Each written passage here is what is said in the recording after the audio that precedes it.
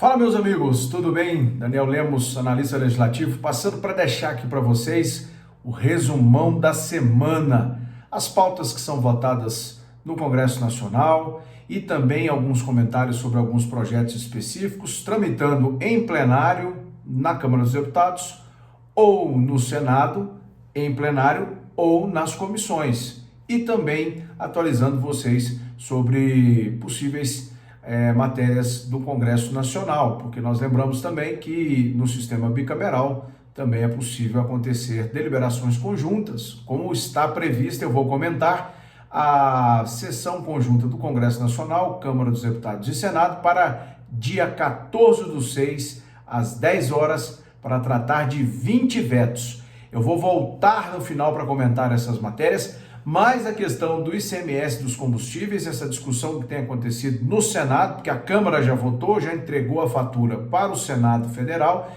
e lá, hoje, o relator, senador Fernando Bezerra, que é de Pernambuco, apresentou, e o Senado iniciou o debate do PLP 18 de 2022, que trata da questão de essencialidade para 4 áreas na questão do ICMS, ou, no caso, um limite de até 17% que poderia ser cobrado pelos estados sobre a questão de transporte coletivo, questão de comunicações, a questão de energia elétrica e sobre os combustíveis. Essa guerra, esse cabo de guerra que está acontecendo entre estados, governadores principalmente aparecendo, fazendo o proselitismo político natural, empurrando todas as contas para o governo federal, para o executivo, sendo que nós temos a formatação da República Federativa do Brasil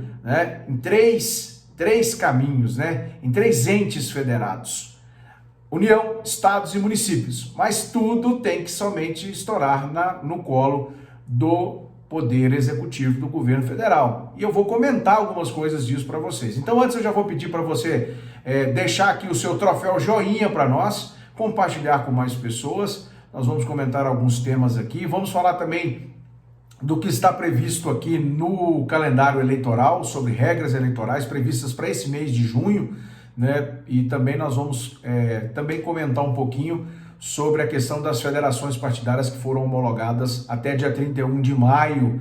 Agora, as 3 federações que vão funcionar no período das eleições e tem que também funcionar depois dos próximos 4 anos, até a próxima eleição geral, a próxima eleição que vai acontecer, que é 2026. Então, eu vou explicar isso para vocês. Lembrando que federações é uma coisa, coligações são outras.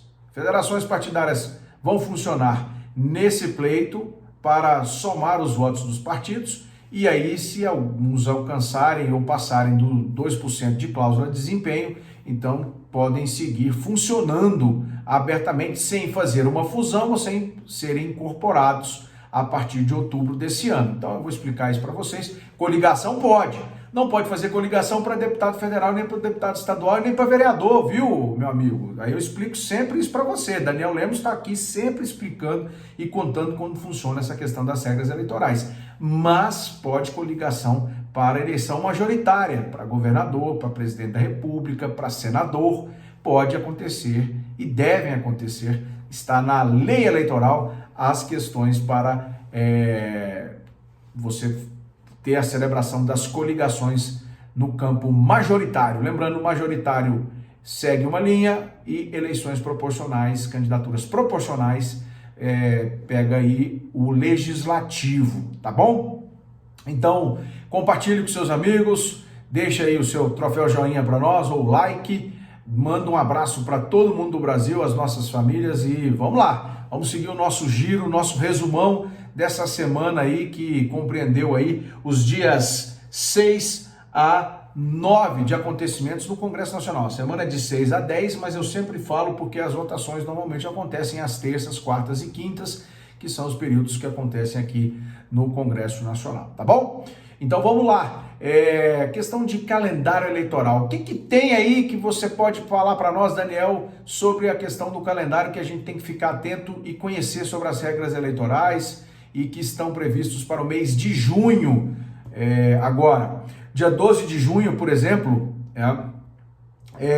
o eleitor ou a eleitora tem que se habilitar para a Justiça Eleitoral na questão do voto em trânsito, indicando o local em que pretende votar, assim como alterar ou cancelar sua habilitação, caso já tenha requerido, tá certo? Então, até dia 12 de junho, uma terça-feira, é isso? Deixa eu ver aqui, deixa eu pegar aqui o calendário para não errar, é isso mesmo, 12 de junho de 2022 não é terça-feira, tá? Aqui está escrito aqui no calendário que eu peguei, né? Terça-feira, mas não é terça-feira, tá? 12 de junho é até domingo, né? 16 de junho, aí sim é uma quinta-feira. Até mesmo no próprio site do Tribunal Superior Eleitoral, que é onde você pode acessar o calendário, está aqui, né? Não, aliás, no TRE de São Paulo. Eu peguei aqui o calendário rapidamente para dar uma pincelada no que estava aqui, para vocês verem que até lá eles não sabem muito comparar isso, nem ver. Então, alô, TRE de São Paulo, conserta aí, coloca aí a data e o dia certo, porque senão vocês vão fazer eu cair aqui da mudança, tá certo? Então, corrigindo aí, dia 12 de junho, você tem, né, a data a partir da qual, até 18 de agosto de 2022, o eleitor tem um prazo, 12 de junho a 18 de agosto de 2022. O eleitor e a eleitora tem que indicar aonde estará votando caso esteja em trânsito aqui no Brasil, tá certo? Então, fica aí essa dica. Dia 16 de junho, quinta-feira, data em que o TSE vai divulgar para todo o Brasil o valor do fundo especial de financiamento de campanha que cada partido, ou o valor estabelecido que vai estar constando e que o Poder Executivo vai ter que depositar as expensas, tirando das contas do Orçamento Geral da União para enviar ao TSE. Lembrando que esse dinheiro ele é guardado, né? Ele é feito ali uma reserva e ele vai ser disposto a partir de 15 de agosto no Tribunal Superior Eleitoral para que eles possam dividir. Os valores que cada partido vai ter, você pode pesquisar aí, dar um Google que você vai saber quanto que cada partido vai ter direito, tá bom? Você goste, concorde ou não, a gente sabe que o valor é extremamente exorbitante, o valor não reflete a realidade pós-pandemia e o que o Brasil precisava ter e daria para se fazer com menos. Ainda mais que tem o financiamento e, eu já disse isso, volto a repetir, em 15 de maio foi liberada a oportunidade para os pré-candidatos fazerem a vaquinha online, obedecendo às regras que está numa resolução do TSE e também os sites que foram homologados pelo Tribunal Superior Eleitoral. Você pode fazer a arrecadação online, pré-arrecadação online, nessa pré-campanha, de 15 de maio até dia 15 de agosto, e você só pode usar quando o seu registro de candidatura for homologado, tá certo? Então já fica sabendo. 30 de junho, data a partir da qual é vedado às emissoras transmitir programa apresentado ou comentado por pré-candidato. Então, se você fica assistindo aí algum comentarista, apresentador de programa nas emissoras de rádio e TV, eles só podem fazer isso até o dia 30. Então, tem muita gente que fica aí, sou pré-candidato, não sou pré-candidato, vou concorrer, não vou concorrer. Fica nesse joga, não joga, vai para lá, vai para cá e não sabe se é, se não é. Então, você vai saber de fato se o fulano, se a pessoa é candidata até dia 30 de junho. Dia 30 de junho é uma quinta-feira, tá certo? Então, você já está aí percebendo que dia 30 de junho vai ter aí essa movimentação de quem é candidato, vai ter que sair das emissoras e não vai poder comentar e nem apresentar mais programas em rádio, emissoras de rádio e TV, tá bom? Outra coisa, o prazo que se findou dia 31 de maio terminou para as federações que deveriam colocar o seu estatuto, como vão funcionar, né, obterem assim o registro no Tribunal Superior Eleitoral e ficarem aptas a concorrer às eleições deste ano. Se encerrou dia 31 de maio.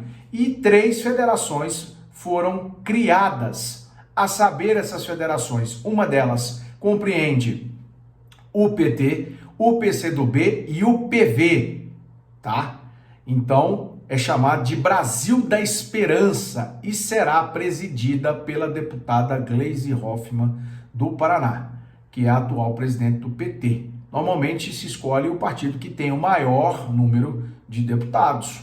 É assim também dentro da Câmara, o maior número de deputados escolhe o maior número de vagas dentro das comissões, escolhe o maior número de presidências que tem direito nas comissões permanentes, escolhe as relatorias, escolhe as presidências das comissões especiais também, né, das comissões temporárias, tá bom? Ou de PEC, ou de projeto de lei complementar, ou de projeto de lei, e também das comissões mistas, no caso das medidas provisórias que aconteçam lá. Então, sempre essas relatorias, e aqui não é diferente na questão das federações. Outra federação que foi oficializada junto ao TSE é PSOL e Rede, e será presidida por Guilherme Boulos, atual chefe do PSOL. E completa também essa lista a federação que está formada por PSDB e Cidadania, que será chefiado pelo presidente do PSDB, ex-deputado Bruno Araújo, tendo como vice Roberto Freire, presidente do Cidadania.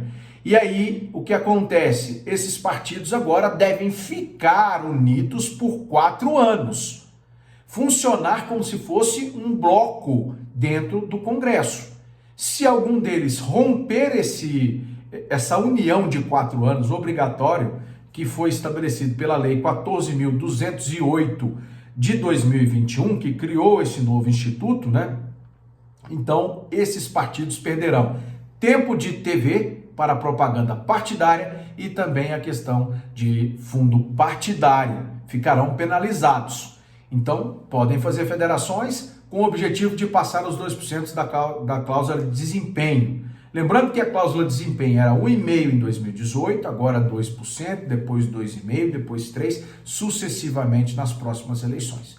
Então, passando aí para dizer para vocês o que aconteceu de mais importante nessa questão aí de parte eleitoral. Eu falei do calendário eleitoral, comentei da questão das federações. Também lembrando para vocês as nossas redes sociais, tudo que você encontra lá no Getter, Instagram, Twitter, Signal, Telegram, principalmente no Telegram.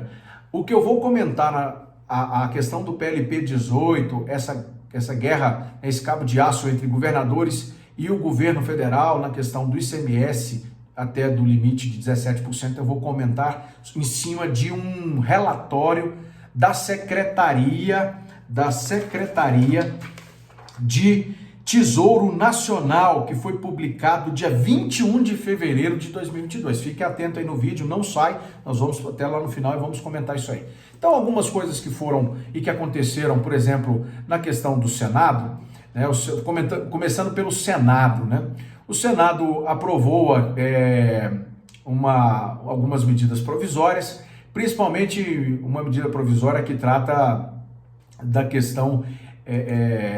teve uma medida provisória que a Câmara votou e outra que o Senado também votou, a medida provisória que trata de prorrogar as datas dos eventos, né, aqueles ressarcimento ou a escolha do cliente para optar por receber ou participar de algum evento, e essa prorrogação ela ia até 31 de dezembro de 2022 e agora ela está indo para 31 de dezembro de 2023. O Senado votou isso, então encaminha para a sanção do presidente da República. O Senado também aprovou um requerimento na Comissão de Educação que trata do PL do homeschooling. Enquanto isso, nós vimos que faltou apoiadores, senadores da base, para tentar fortalecer a pauta na Comissão de Educação. O relator escolhido pelo presidente o relator no Senado é o senador Flávio Arnes.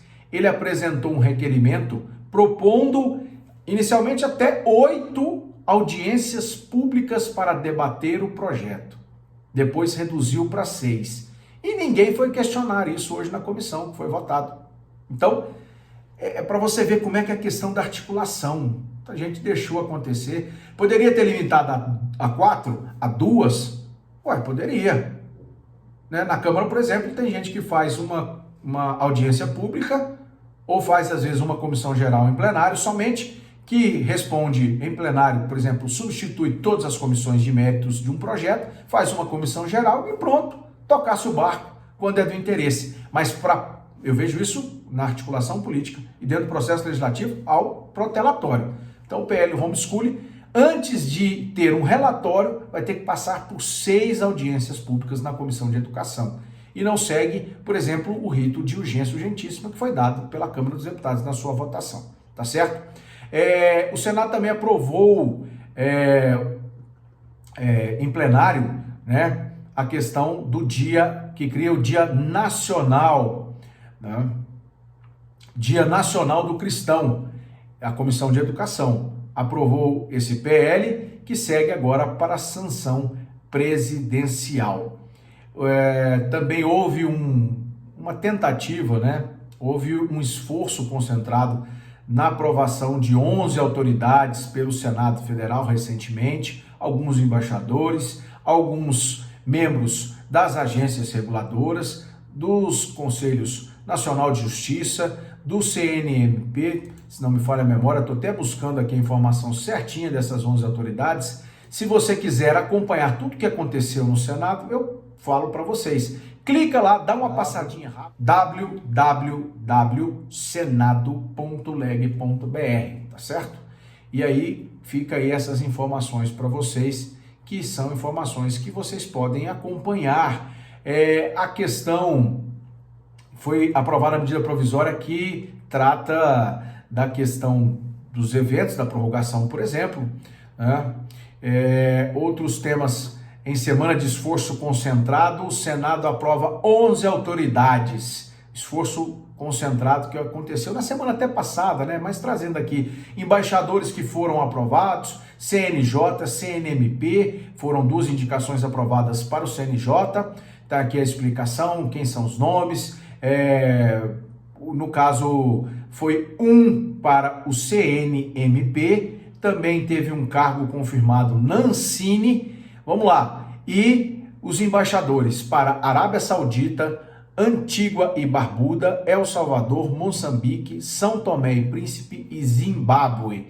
Também diretores da Ancine, representantes no CNJ, no CNMP e também na Comissão Permanente do Brasil junto à Comunidade dos Países de Língua Portuguesa, a CPLP.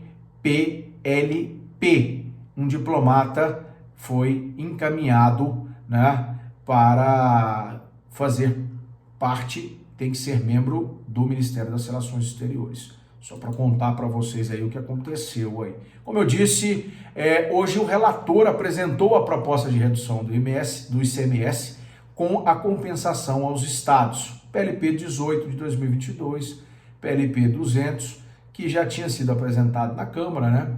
Tinha sido votado na Câmara e seguiu para o Senado. Foi iniciada a discussão e a previsão é que esse tema seja votado na segunda-feira no Senado. Lembrando que na terça tem sessão conjunta para debater os 20 vetos. Eu vou comentar quais são esses 20 vetos aí. Além de muita coisa que aconteceu aí no Senado. O Senado, por exemplo, aprovou em plenário a Lei Geral do Esporte. O texto aprovado, o relatório da senadora Leila Barros, do Distrito Federal, segue então para análise agora da Câmara dos Deputados, correto? E você pode seguir aí acompanhando, entrando tanto no site do senado.leg.br, como também acompanhar as matérias que tramitam no Congresso Nacional, a saber, os vetos, medidas provisórias, os PLNs que tratam de créditos, né? Créditos suplementares, créditos extraordinários. Você pode acompanhar as matérias que estão lá na Presidência da República para a sanção do Presidente da República, que ele também pode exercer o direito de veto. Lembrando que esse veto ele é parcial ou total, tá? E depois retorna para apreciação e tramitação após 30 dias no Congresso Nacional para deliberação. Eu já expliquei isso no vídeo anterior, né? Expliquei isso até falando um pouquinho sobre a questão da tramitação dos vetos. Muita gente participou de uma enquete no meu canal do Telegram, @DanielRLemos, para que vocês possam saber e acompanhar lá também. E teve uma participação aí de quase 60 pessoas eu reputo importante para a gente saber como está sendo o trabalho, avaliar, receber aí um retorno para a gente saber no que a gente tem que melhorar na comunicação com vocês, tá bom? Então vamos lá, questão dos vetos. São 20 vetos previstos do presidente Jair Bolsonaro aos projetos que haviam sido aprovados pelos parlamentares. Entre os itens pautados está o veto total 20 de 2022, que é ao projeto que criava a Política Nacional Aldir Blanc de Fomento à Cultura.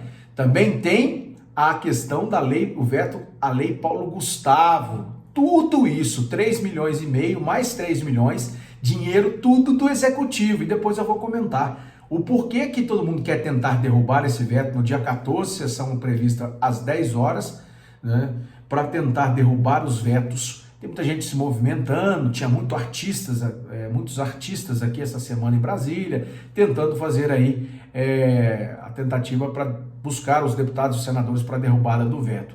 O projeto, né, teve origem na Câmara, então vai iniciar a votação pelos deputados, tá certo? E no Senado, o texto criou homenagem, né, ao compositor Aldir Blanc Mendes, que morreu em 2020, e também tem outros vetos presidenciais. Lembrando que, para isso, para uma derrubada de um veto, são necessários aí na Câmara dos Deputados 257 votos não ao veto. E no Senado, 41 votos de senadores dizendo não ao veto. Qualquer número com sim ou inferior a esse não, a matéria não é apurada na outra casa. É mantido o veto, tá bom? Então, são aí leis, né? Veto 21 de 2022, que trata da Lei Orlando Brito, que determinava a isenção de tributos de equipamentos importados para uso exclusivo no exercício da profissão de fotógrafo e cinegrafista, tá certo? Era um projeto que teve origem, né, na Câmara dos Deputados. Foi vetada a questão de lúpus e epilepsia, o veto 33 de 2021, que está aí, né, no projeto de lei do Senado. Nesse caso, se é um projeto de lei do Senado, começa a deliberação do veto no Senado. Se é da Câmara, começa na Câmara. Se houve a derrubada na Câmara ou no Senado, passa a outra casa para pegar a deliberação. Se o texto ou veto, no caso, é mantido na Câmara, se começar pelo Senado, ele não vai à deliberação da outra casa, tá certo? Já é mantido e é comunicada a manutenção do veto à presidência da República. Vamos lá, violência contra a mulher, um projeto de lei de origem no Senado, que, né, transformou aí a questão da Lei 14.232, que institui a Política Nacional de Informações e Estatísticas relacionadas à violência contra a mulher, o PNAINFO. A norma prevê a criação de um registro nacional unificado de dados sobre a violência contra a mulher. O presidente Jair Bolsonaro vetou o dispositivo que alterava a definição de violência contra a mulher de ato ou conduta baseado no gênero para o ato ou conduta praticados por razões de condição de sexo feminino, né? Então, foi vetos, nesse caso, veto parcial, tá bom? A questão da Eletrobras, o veto 36 ainda está tramitando no Congresso Nacional. É um veto muito importante, principalmente porque o governo tem a previsão de fazer a movimentação da Eletrobras aí, colocar, né, as suas subsidiárias de energia, principalmente, e iniciar a privatização da Eletrobras. Tem ainda esse veto para ser analisado pela Câmara dos Deputados. Nesse caso, inicia na Câmara dos Deputados porque é uma medida provisória, a 1031 de 2021.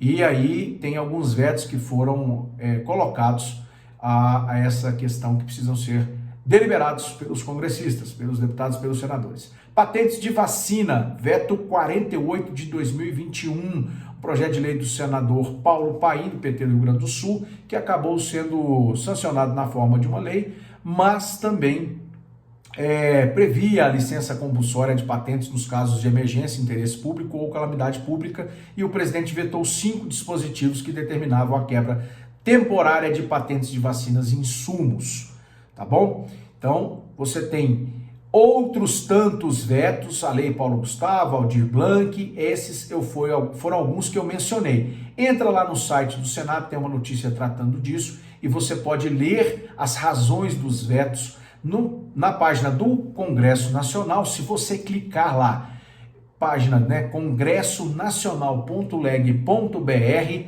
e você vai ver vetos, clica lá em cima em vetos, e você vai ver as razões dos vetos que são colocados pelos ministérios que têm a pertinência do tema. Tudo está explicado lá por que o presidente da República coloca o veto. Normalmente é derrubado, normalmente é mantido, depende da articulação do governo. Esse governo foi até agora o que mais aqueceu nas derrubadas de vetos, isso nós temos que dizer. Assim como também foi o governo que mais sofreu ingerência judiciarista do Supremo Tribunal Federal, também nós precisamos dizer isso, suspendendo decretos, partes de medidas provisórias, suspendendo atos normativos, nomeações de diretores da Polícia Federal, por exemplo, né? Então, você tem que pesar essas coisas aí e avaliar o que está vivendo, né? Essas relações aí que existem entre os três poderes, né? Que, na minha opinião, só é harmônica quando se tem respeito por um lado, e infelizmente, hoje, na questão do Supremo, tem a derrubadas, questão do marco temporal, tantas outras coisas que eles tentam fazer, né? Como se fosse uma constituinte derivada, fazendo interpretações, fazendo ações politiqueiras. Nós precisamos deixar isso claro. Infelizmente, acontece, principalmente tirando a liberdade de expressão e não respeitando a Constituição Federal, o artigo 5º. Fica aí também nossos reclames à questão da não harmonia na relação entre os poderes, né? O Poder Executivo e o Legislativo segue caminhando. Quando tem a derrubada de veto, é liberada pelo líder do governo no Congresso Nacional, tá? O líder no Congresso Nacional manifesta quando o governo aquece, encontra uma forma e libera, tá bom? Ou a manutenção. Sempre tem um acordo, mas esse governo é o que mais aqueceu na derrubada de vetos através da sua liderança no governo. Não é nada feito assim, conseguiram maioria para derrubar um veto. Não. Todos os partidos, inclusive da base, derrubando veto. Isso é liberado ou liderado pelo líder do governo, tá? E às vezes tem a derrubada e a autorização ou a conversa com os ministérios, com os ministérios, né? A Secretaria de Governo, a Secretaria da Casa Civil, enfim. Isso é uma relação que acontece. Goste ou não, eu também não gosto dessas derrubadas de vetos, principalmente em pautas bombas, em matérias extremamente perigosíssimas, principalmente essa questão aí, na minha visão, essas coisas que você joga para o executivo pegar dinheiro, jogar para estados e municípios, e não ter contrapartida, por exemplo, do executivo escolher os projetos, principalmente na questão da lei Paulo Gustavo e na lei Aldir Blanc. Ele vai tirar dinheiro dos fundos do Poder Executivo, do governo federal, vai mandar para estados e municípios, e quem resolve para onde vai mandar, o que vai fazer, os eventos, enfim, como capitalizar isso, vão ser os estados e os municípios. Olha que legal, fazer graça com o dinheiro dos outros, tudo para dizer, olha, você pode, o setor cultural está precisando.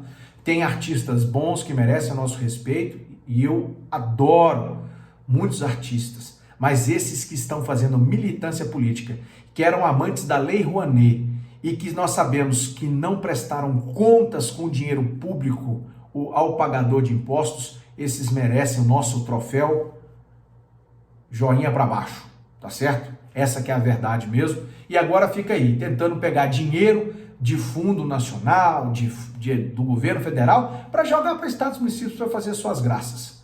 Fazer as suas militâncias politiqueiras, principalmente esquerdistas e progressistas. Essa é a realidade, né? Porque gente séria, a gente sabe como é que faz captação e como é que trabalha de fato, tá bom? Isso tem outras coisas, poderiam estender a outras áreas, fica aí a minha opinião, tá certo? Bom, vamos lá. Seguindo adiante, eu comentei já sobre a questão do calendário eleitoral, já comentei sobre as federações, comentei sobre alguns vetos. Se você quiser acompanhar quais são os vetos que estão, já falei para vocês, acessem lá o site do Congresso Nacional, você tem como acompanhar medidas provisórias. Aliás, teve uma medida provisória que saiu na data de, acho que é isso, vamos ver aqui, tem uma medida provisória que saiu na data de hoje, tá certo? A medida provisória 1122, que reabriu o prazo de opção dos servidores dos ex-territórios federais para serem enquadrados nas carreiras de finanças e controle e de planejamento e orçamento, e o prazo da opção dos servidores. Mais uma medida provisória para os funcionários dos ex-territórios. A medida provisória 1122, ela está aí tramitando a partir, né, de hoje, dia 9, prazo para emenda até dia 13/6, e ela tem validade até 120 dias posteriormente. Então, contando aí, né, a saber, julho, agosto, setembro, outubro, 120 dias, tá bom? Se você não sabia, tá aí. Então, acompanhe as medidas provisórias, você pode acompanhar os vetos, as matérias orçamentárias, as matérias aguardando sanção, tá bom? Valeu! Vamos lá agora para a Câmara dos Deputados. Deixa eu chegar aqui para vocês. Câmara dos Deputados, uma notícia que o senador Marcos Duval, do Podemos do Espírito Santo, apresentou nesta quarta-feira o relatório preliminar com as regras sobre a apresentação e acolhimento de das emendas ao projeto de lei do Congresso Nacional que trata da Lei de Diretrizes Orçamentárias.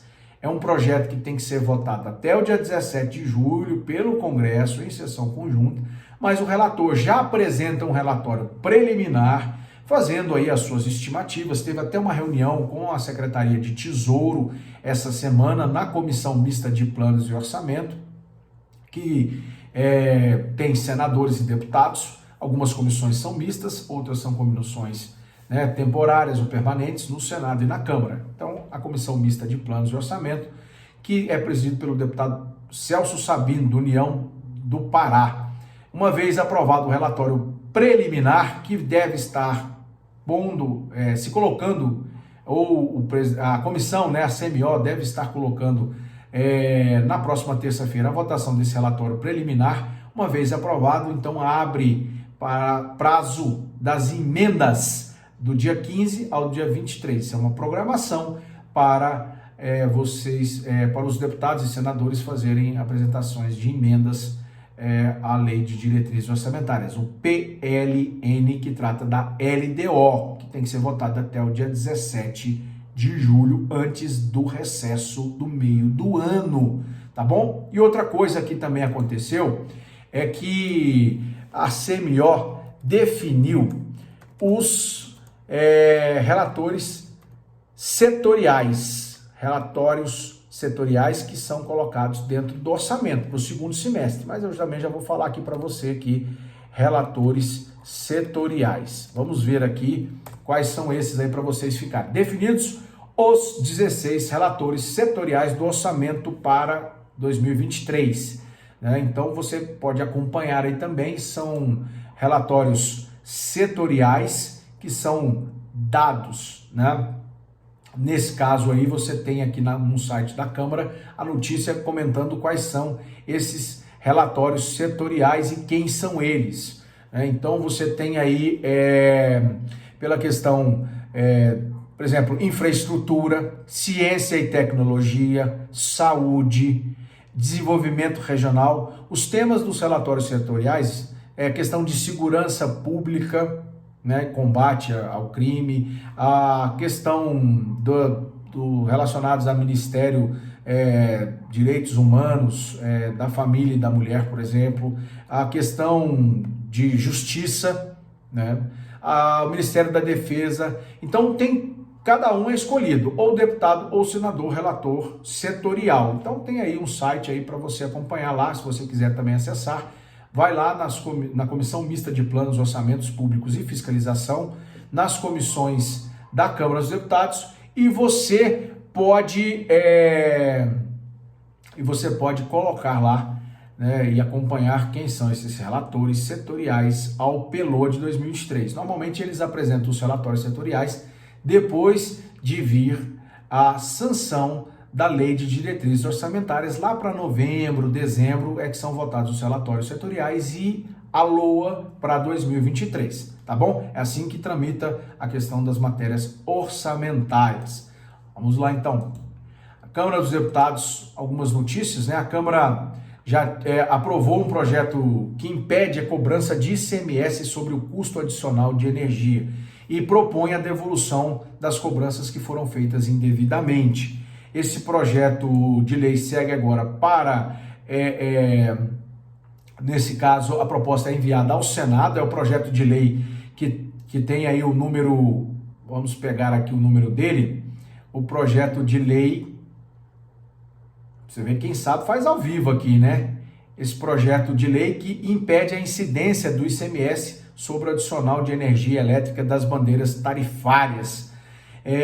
De acordo com o relator, ex-deputado, atual senador Fábio Garcia, e o deputado relator foi o Wildo Rocha, o projeto de lei complementar 62 contou com parecer favorável do relator, deputado Rodrigo de Castro. O relator apresentou apenas uma emenda de redação. Essa questão, o autor do projeto, por exemplo, né, a questão que seja calculado que o adicional seja até R$15 para cada 100 kWh. O projeto, na questão, tratava, né, o projeto de lei complementar 62 de 2015, essa questão do projeto de lei adicional de energia elétrica das bandeiras tarifárias. Então fica aí para vocês saberem o que está acontecendo na Câmara dos Deputados. Vamos lá, mais adiante também, para vocês verem, a Câmara aprovou a medida provisória a 1102, que abre crédito extraordinário para a questão dos municípios que sofreram danos por causa das chuvas que vêm ocorrendo desde dezembro do ano passado. A medida provisória é agora encaminhada ao Senado e depende da votação do Senado. Um crédito de quase 480 milhões no orçamento deste ano para auxiliar os municípios no combate à questão dos... combate assim, vamos lá, melhorar a fala, para auxílio aos municípios que sofreram os danos por causa das chuvas, e agora recentemente aconteceram em Pernambuco, Alagoas, Paraíba, enfim. Então essa medida provisória segue, a medida provisória 1102, segue para o Senado,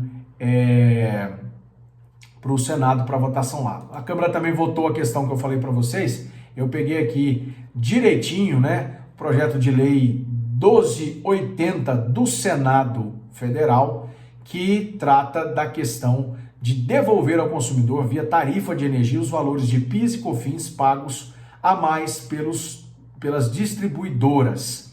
O texto será enviado à sanção presidencial. O projeto veio do Senado, tramitou na Câmara, foi votado, né, e ele tramitou anexado ao projeto de lei 1143 de 2021, também do Senado.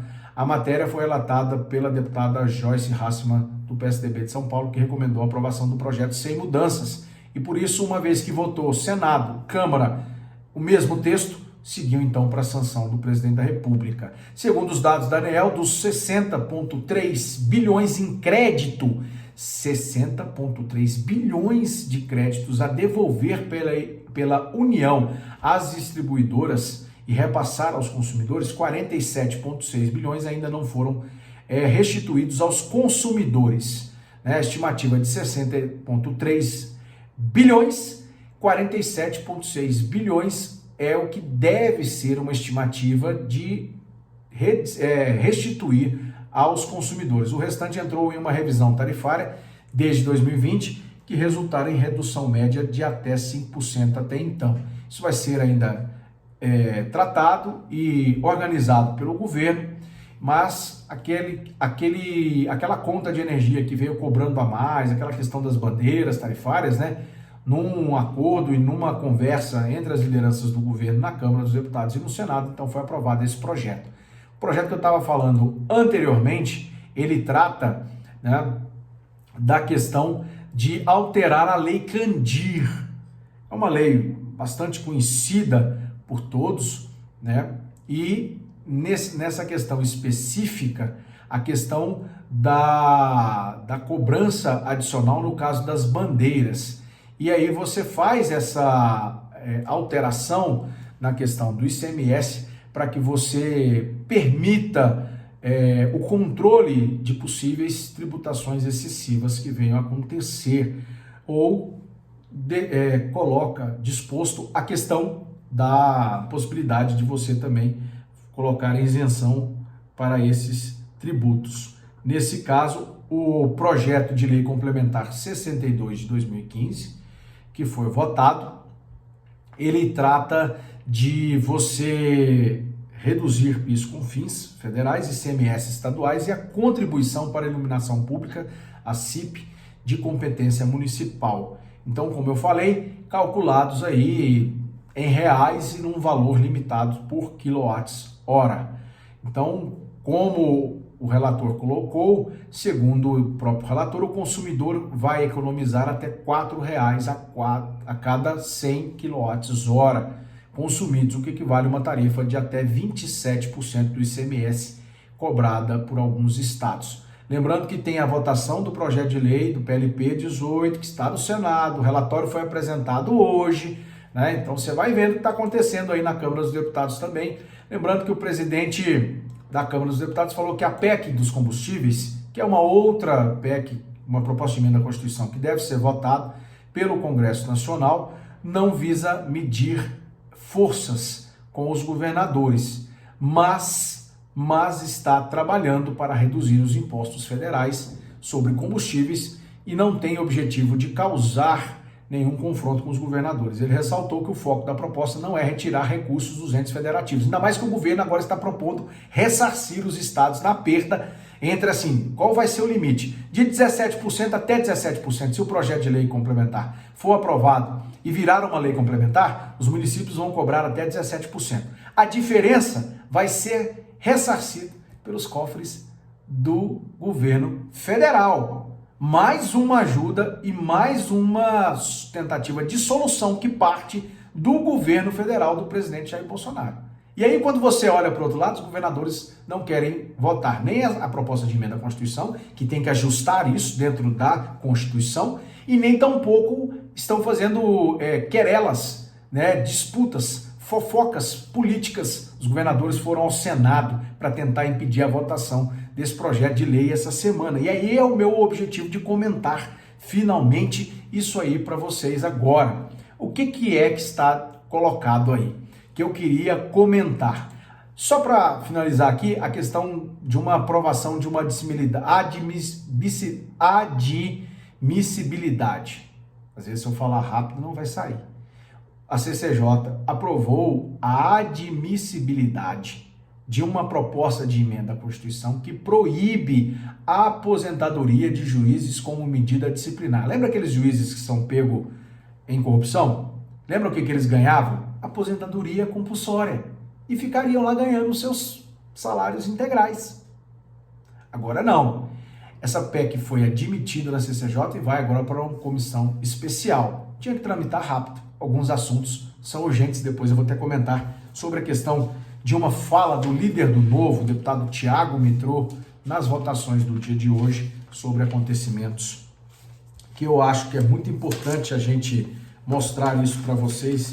Depois eu vou comentar algumas pautas que estão paradas na Câmara dos Deputados, lembrar algumas pautas que estão paradas no caso aí do Senado Federal também. Bom, os estados, deixa eu só comentar um relatório da Secretaria de Tesouro Nacional que foi publicado dia 21 de fevereiro de 2022. Quem quiser acessar o nosso Telegram, vai estar lá esse relatório, que trata do valor, né, orçamentário dos estados e municípios. No caso, ele mostra o saldo positivo da balança fiscal, dos seus orçamentos.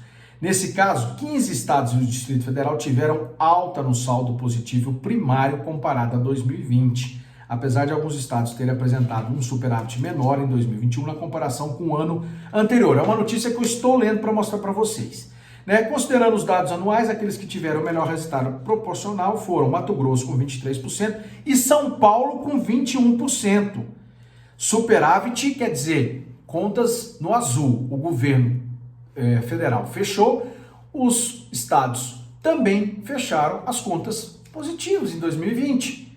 Lembrando que lá atrás foi feita uma votação no Congresso, na Câmara e no Senado, que concedeu ajudas, muitas ajudas, aos empresários, aos estados e municípios.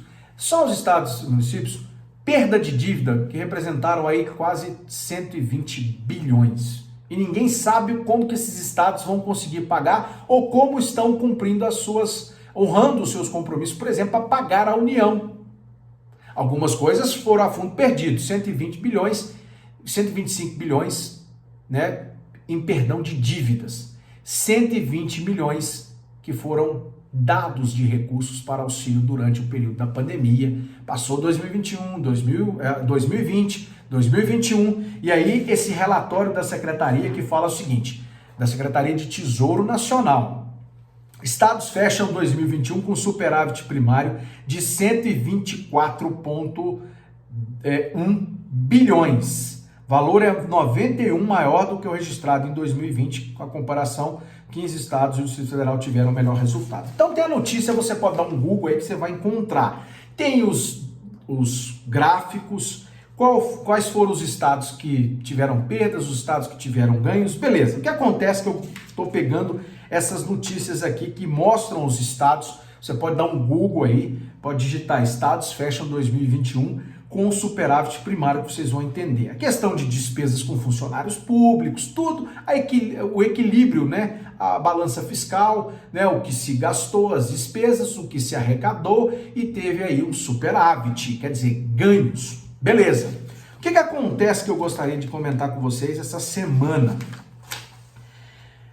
Governadores vieram ao Senado para reclamar da questão do PLP 18, que trata da limitação até 17% aos serviços essenciais na questão dos combustíveis, a saber, 4 temas: combustíveis, transporte público, energia elétrica e comunicações.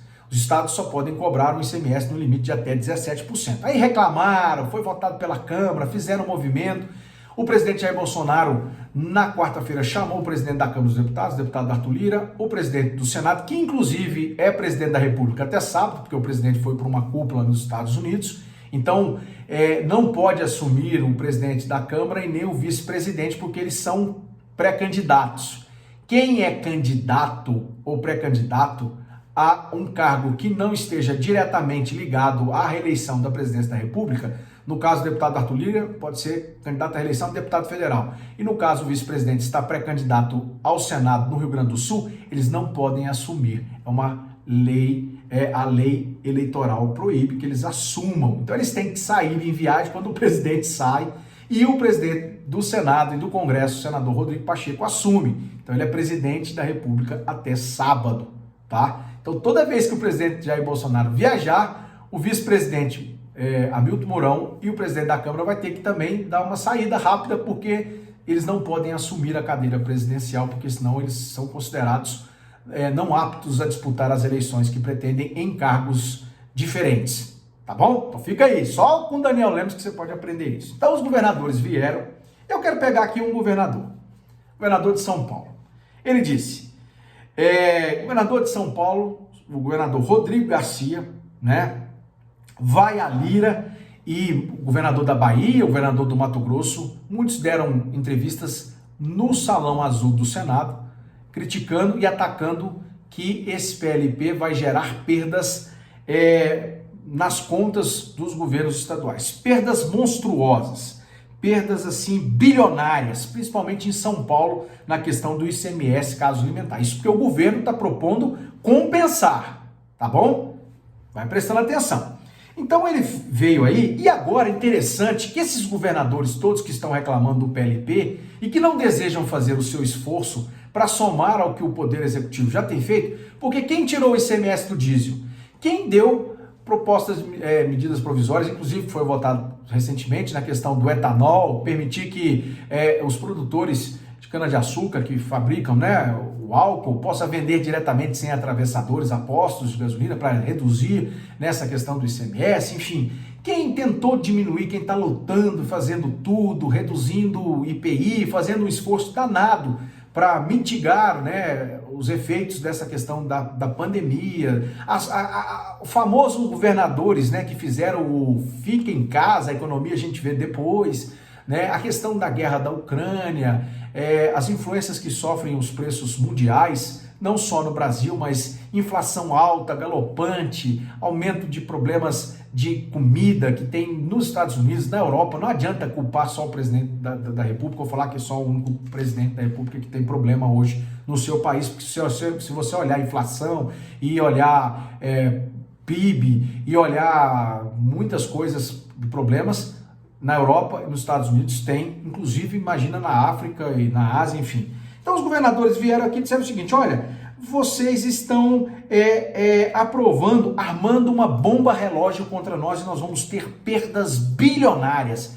Interessante que nessa hora os governadores aparecem com dados, né? Só pelas contas do governo paulista, essa notícia que você acha aí, tá? Eu estou só comentando para mostrar para vocês a verdade dos fatos e aonde você tem que entender o que está acontecendo para você não comprar dessa mídia tradicional, essa mídia mimizenta, falsas narrativas para você não entender direito o que está acontecendo, porque eles querem falsear as notícias. Mídia tradicional, né, os famosos jornalistas da grande mídia só querem lacrar e tentar achar lucro e não estão tendo, porque as pessoas estão bebendo de outra fonte, graças a Deus. Mas vamos lá. Então o que acontece? Pelas contas do governo paulista, a queda na receita será de 15,3 bilhões de reais caso o projeto avance na Câmara e no Senado. A leitura é que com um corte na saúde, o governo estadual teria que fechar 30 ambulatórios médicos de especialidades.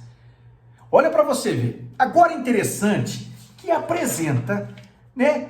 E fala o seguinte, vamos fechar 30 ambulatórios de especialidades em São Paulo. Vamos ter uma perda de 15,3 bi. Aí veio o Mato Grosso, né? O governador do Mato Grosso, veio o governador da Bahia também, que é do Partido dos Trabalhadores.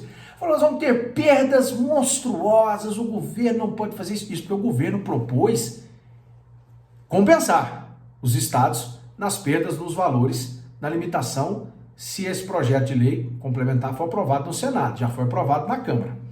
Interessante que quando você pega o relatório do Tesouro Nacional, você vai ver quanto que foi o superávit que cada estado teve. Interessante que eles não mostraram transparência, né? Na questão que nós fomos gastando na questão da pandemia, do vírus aí, né?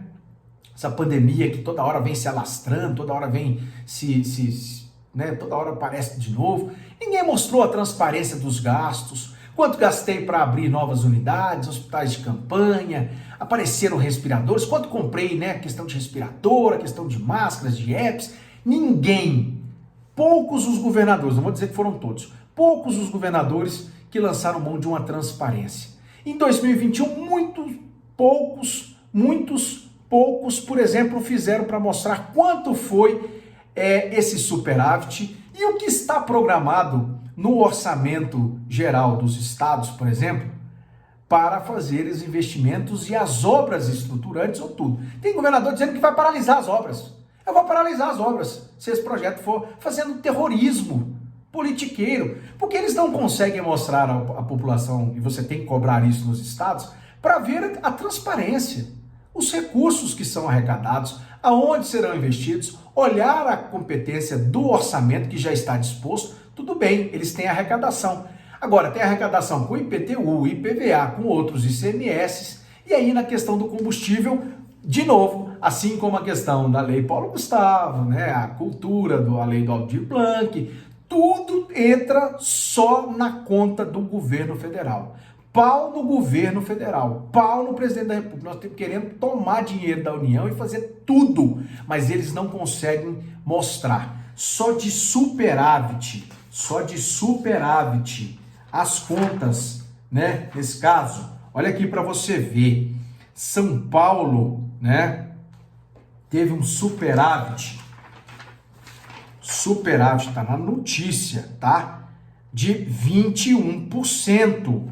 21% foi o superávit do estado, né? Nesse caso de São Paulo, né? Que deu aí mais ou menos, que eu estava vendo no relatório, a gente tem que pegar o relatório e fazer depois, aí mais ou menos 40 e poucos bilhões de superávit. E agora ele vem dizer, vamos perder 15,3. Ninguém quer ajudar e ninguém quer somar. E aí faz terrorismo politiqueiro. Um governo tentando ajudar e mitigar os problemas do pagador de impostos e os governadores tentando atrapalhar. O Congresso fazendo o dever de casa. Tá certo que o Congresso não vota a reforma tributária, não vota a reforma administrativa, tá parada a questão do PL da nova tabela do imposto de renda no Senado Federal. né? A questão da privatização dos Correios, aonde poderia ter gargalo, melhoria, a questão dos marcos de garantias para as PPPs, parcerias públicos-privadas, então tudo parado, né? Temas importantíssimos que poderiam dar mais solvência fiscal ao governo estão parados, mas os governadores vêm reclamar. Eu teria que abrir e teria que fazer uma outra análise, tudo, né? Mas depois a gente pode até comentar isso melhor. Mas o fato é que quando você percebe que é chamado os estados e os municípios a fazerem a sua parcela de contribuição, todo mundo sai correndo. Isso é só do executivo. E tentam atacar o presidente da República ou tentam atacar quem está tentando aprovar ou criar uma essencialidade e limitar esse ICMS até 17%. Por que governadores não mostram o que tiveram de superávit, aonde vão aplicar esse superávit no orçamento desse ano? Por que não são transparentes, olho no olho com os seus eleitores e com o seu povo que está nos estados pagando os impostos rigorosamente? Os 6 primeiros meses, por exemplo, é a carga tributária em cima do cangote do pagador de impostos, do povo. Né? A questão de aumento, a tentativa de reduzir os danos da falta de emprego, um problema geral, a questão de alimento, né? Todos os esforços sendo feitos por um lado e os outros lados a gente não sabe o que está fazendo. Ninguém quer reduzir o ICMS dos combustíveis, por exemplo. Questão de transporte público, muito menos. Questão de, por exemplo, de energia elétrica, a Câmara está fazendo um esforço de aprovar projetos, tentar, né, tramitar a questão de devolução, como eu falei agora, 63 bi às distribuidoras e depois ressarcir o consumidor aquilo que cobraram a mais nas bandeiras tarifárias, equivocadamente, né? Diminuir a questão da cobrança desse ICMS na questão até 100 kWh, e a gente vê os governadores reclamando. Isso é que me chama a atenção. Quando você vai para dentro de ver, né, o motivo, nesse caso do superávit, lógico que você tem despesas e aumentos. Recentemente foi aprovada a questão do piso salarial para os enfermeiros, que merece. O governo tentando fazer o seu dever de casa, tentando achar recursos, tentando ajudar, tentando somar. Tem estados dando aumentos para algumas carreiras estaduais. Tá certo que o executivo também se movimenta para tentar fazer um aumento. O salário mínimo fica sempre a reboque disso tudo. A gente tem que comentar, existem coisas que precisam ser mais explicadas e detalhadas nessa questão. A gente não pode ficar só criticando e nem sentando no rabo para falar mal desses ou do outro. Mas na hora que é chamado os 3 entes federativos, a União, os estados e os municípios, a fazer os esforços para diminuir o problema dos altos custos que tem hoje o pagador de impostos nos estados e, né, de impostos federais, os governadores estão reclamando que vão tirar dinheiro deles. Mesmo o Poder Executivo, o governo federal, falando que vai ressarcir as perdas que eles tiverem com a redução desse ICMS. Olha para você ver. Então eu queria deixar aqui essa análise. O projeto está para ser votado no Senado na segunda-feira.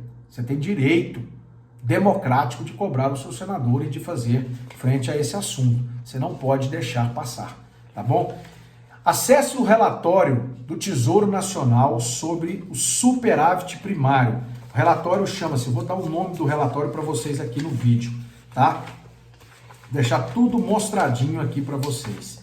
O relatório que trata relatório resumido de execução orçamentária de estados e municípios. Na matéria do Poder 360, você pode procurar no Poder 360 no site, você vai ter uma íntegra, um link para ir para esse relatório e você vai poder ler. São 8 ou 9 páginas que esclarecem tudo o que aconteceu nos estados. Olha aí para você ver nos municípios. E ninguém quer ser transparente. Na hora que chamado a reduzir ou limitar esse ICMS, e o governo quer compensar os estados, fazer um aceno para diminuir o problema dos altos custos que nós temos. A questão de telecomunicações, questão de transporte público, combustíveis, energia elétrica, os governadores só querem tirar do poder executivo do governo federal. Lamentável que nenhum governador consegue fazer frente. E aí vem dizendo o seguinte, olha, nós vamos reduzir na segurança pública, nós vamos reduzir o orçamento e vamos paralisar as obras de infraestrutura. Olha, nós vamos perder a arrecadação esse ano, nós vamos diminuir o atendimento à saúde, nós vamos reduzir a verba da educação. Lembrando que a questão de saúde e educação tem uma obrigatoriedade na Constituição, senhores governadores. Vocês não podem investir menos que um valor de até 25% dos orçamentos do ano anterior, do orçamento do ano anterior. Então, quando você assiste esses governadores dizendo o seguinte, a maioria nem deles, todos não, muitos estão dispostos a somar esforços, mas esses que ficam criticando, fazendo, criando pânico na população, vamos perder a arrecadação, eles serão compensados. Mais uma vez, ninguém consegue te contar quanto está devendo para a União e está pagando em dia. Governo estadual e governo municipal. Ninguém consegue te mostrar o que de fato está fazendo com o recurso do superávit que teve nas contas em azul do ano passado. Não conseguiram mostrar o que foi de fato, onde foi investido o dinheiro para a saúde, mostrar a questão de segurança, a questão de educação, ampliação da rede escolar. Ninguém consegue. Se entrar num site dos governos estaduais ou dos governos municipais, você vai ter que surrar. E alguns ainda vão ter que pedir via lei geral de acesso à informação. Então, assim, fica aqui o meu alerta a vocês para que vocês pesquisem, que vocês se informem, que vocês saibam de fato o que está acontecendo. Existe um lado que está trabalhando para avançar medidas que diminuam os problemas que estão acontecendo no Brasil, que são problemas mundiais e que afetaram o Brasil. A Argentina está quase virando a Venezuela, mas todo mundo fica lá, pagando pau para o presidente kirchnista, a turminha do Kirchner, que é a apoiadora da Venezuela, do Maduro, chavistas, enfim, Foro de São Paulo, os esquerdistas querendo voltar à cena do crime para poder seguir falando aí que vão resolver, mas na prática ficaram tanto tempo no governo, não era para terem resolvido esses problemas? Será que de fato você confia nessas pessoas que querem voltar agora para dizer que vai resolver um problema que nunca fizeram, questão de refinaria para petróleo, nunca fizeram nada sobre a questão de criar empresas no sentido de melhorar as empresas, de dar superávit estatal, de cuidar dos fundos de pensão das empresas públicas, roubou petrolão, mensalão, vamos precisar relembrar isso. E aí a turma fica falando, só ele pode trazer a esperança para o Brasil. Se fossem tão bons, teriam resolvido, mas não fizeram nada. Pelo contrário, escândalos pilhados em corrupção, escândalos e mais assuntos e mais pilhas de corrupção, de desvio de dinheiro, mandar dinheiro para as ditaduras fora do Brasil. Então assim, isso aí já fiquem sabendo. A tentativa é para desconstruir um lado e tentar salvar o lado da corrupção, o lado que não apoia a família, que, por exemplo, um lado é contra aborto, contra a legalização de drogas, a questão da bandidolatria, que existe hoje, que apoia, apresenta projeto, que acha que quem rouba celular não deve ser roubado, que não deve ser preso, quer dizer, que aquele que está com um pouquinho só de droga não deve puxar cadeia, é só um usuáriozinho, enfim, lado que visa, falar que vai atacar as reformas que foram feitas por esse governo, que vai regular a mídia, Você sabe muito bem quem são. Então fica aí essa análise para vocês sobre tudo. Então ficou aí um vídeo para vocês avaliarem, acompanharem. Eu peço que vocês sigam nos apoiando, sigam nos ajudando e nós vamos seguir também nos canais, A saber, estou lá no canal Expressão Brasil, Aliados Brasil, às vezes apareço no Visão Pátria, Onde eu for convidado eu estou comentando essas pautas, processo legislativo, comentando sobre as regras eleitorais e sobre a articulação de Brasília que acontece, aqui em Brasília, a articulação política que acontece aqui em Brasília, tá bom? Perdoe os erros, os tropeços, as engomadas das palavras, mas seguimos firmes aí. Muito obrigado pelo carinho de vocês, que Deus nos abençoe, nos guarde e proteja, que Deus Pai, Deus Filho e Deus Espírito Santo esteja sempre conosco e com as nossas famílias nos protegendo de todo mal. Um grande abraço para vocês, Fiquem todos com Deus. Valeu!